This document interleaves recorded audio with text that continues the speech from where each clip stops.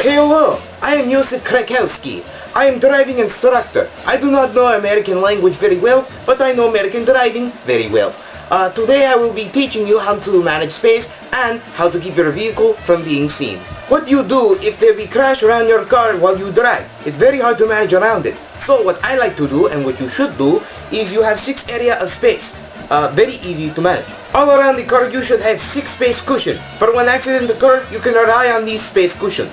To keep a safe following distance, very easy. 4-second rule. You need to be 4 seconds away from a person bumper. This varies when you have drastic weather. Let's say snow falling down on road, or rain falling down on road, or chimpanzees falling down. It varies. Weather varies. This will allow you to brake or steer away from the hazard ahead. The very wise thing to do. You should always do this when driving. If you follow too closely, you could go into crash, and then you have to pay $1 million. Not good. You want to avoid $1 million, unless you get $1 million. That's very good if you gave $1 million. Give something to me, please. Keeping safe following distance is very good, just in case if you need to panic stop, or the person in front of you panic stop because something in front of the road prevents them from going further, and you don't want to crash your car. Again, $1 million. You don't want to pay it. You want to gain it. Give some to me, please. When the bumpers you're following start past road marking, or something like a pole, stop sign, start counting, and when you see 4, then you start to drive. Good. Allow for longer distance following when traveling on the road that are too wet or slippery or not paved. There is less traction, so it takes longer to stop. The driver behind you wants to pass. There must be room ahead of you for the passing driver to pull in front of you. Your following driver who is carrying a heavy load or pulling a trailer. The extra weight will make it more difficult to stop. Approaching slow-moving vehicles, including bicycles. You are following school buses, taxis, public and private buses, trucks transporting hazardous substances, the Gestapo. These vehicles must stop at railroad crossings and make other unsuspected stops. You are stopped on an uphill. The vehicle ahead may roll into your vehicle when traffic begins to move. The diagram that I hope is still here, the numbers that say 2 and 3, I'm probably pointing to them wrong because I physically do not have a copy. These are your side space cushions for when you need to react in certain situations. Key points to remember are: avoid driving alongside other vehicles on multi-lane streets. They block your view and close escape route, and you are probably in their blind spot. Keep as much space as possible to avoid the side of your vehicle on oncoming vehicles. Make room for vehicles entering highways by signaling and moving to an inside lane, if it is safe. If it's not safe, do not go. No, that's bad. Keep space between you vehicle and parked vehicles. Someone may open a vehicle door or step out between parked vehicles, or the vehicle may pull out suddenly. If you do not have at least 8 feet of space on at least one side of your vehicle to use on an escape path, you will need to allow one more space in the front by increasing your following distance. When your safe spaces are not safe on either side, try to split right through the middle. That is usually best situation when there is traffic that is conflicting your left side and your right side when driving. So make sure that you can somehow get out of the situation safely. Remember, you have brain, use it. To teach you how to keep a space cushion behind, I have my son over here who will teach you how to keep space cushion behind. Son, please come over. Thank you, father. Hello, I teach you how, what did he say? Oh, how to manage your space behind your lane. Yes, I am not same person. I am son. I'm very proud of my father's accomplishments. The diagram is now here if you need to see it. Look at the diagram. You use this. You need it. Don't deny it. This is the fact. In Area 6 in Space Management Diagram, a driver who is following you has more control over the clear space than you do. But you can help by keeping a steady speed and signaling before you have to slow down for a turn.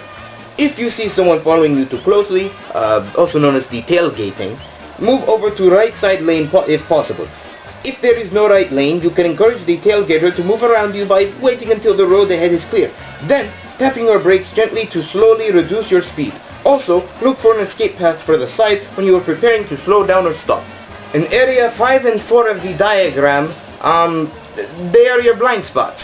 So when you see people trying to speed past you, these are dangerous spots. So make sure that you keep close eye on these spots so that no crash can occur when you drive. Good. Now we will go to a commercial break. I will return with my father.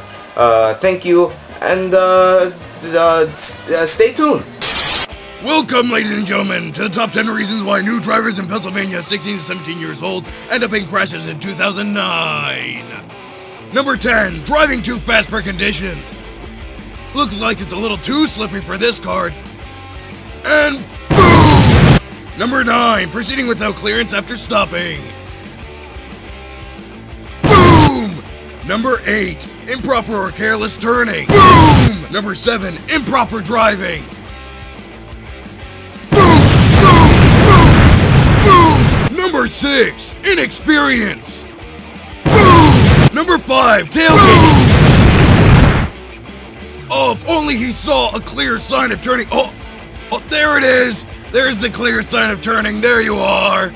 Number 4, speeding. Boom! Number 3, over or undercompensating at a curve.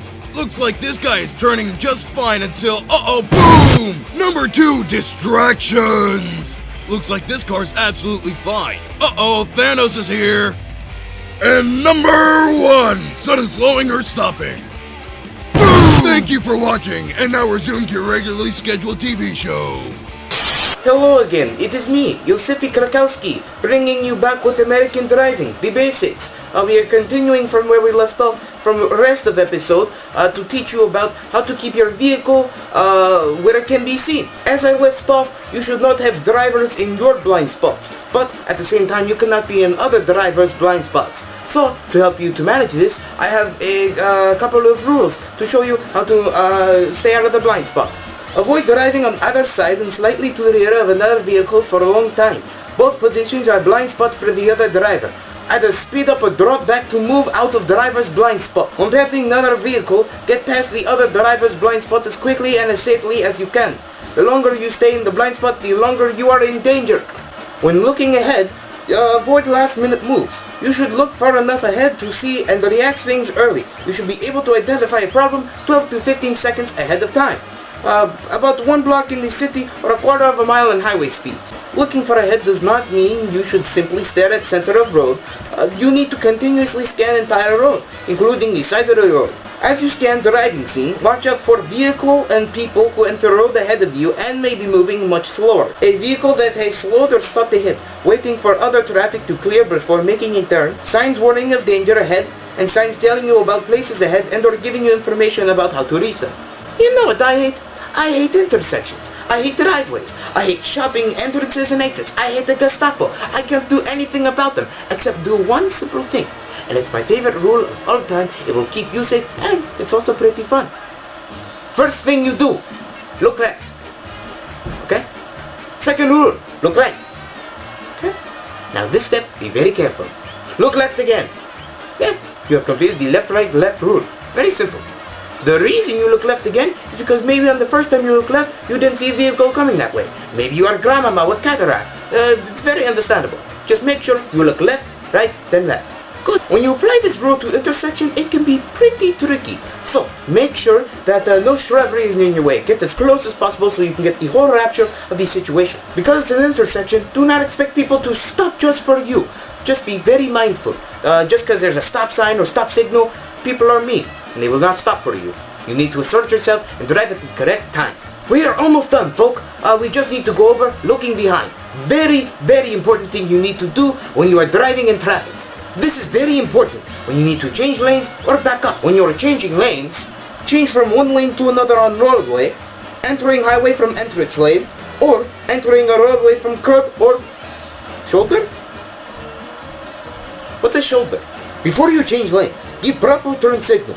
Look in your rear view, your side mirrors, and make sure no one is going to pass you. Do not depend on mirrors or sensors alone. Look to your left and your right shoulders to make sure no one is on your vehicle's blind spots. You need to check these spots quickly. You cannot take your eyes off the road for more than a second. On the road with 3 or more lanes, check all lanes before you make lane change. Someone in another lane might be planning to move into the same spot where you want to go. When backing up, you want to always check behind your vehicle. You cannot rely on your mirrors alone, so turn your head around when you be backing up. You could accidentally hit small child, your grandmama, small objects, a droog. It all depends, so just be careful when backing up. And that is all the time we have for today, folks. So I hope today you learn at least some driving skills so you can apply when you drive on the road. And remember, kid, all for the glory of Mother Russia. Am I even in frame?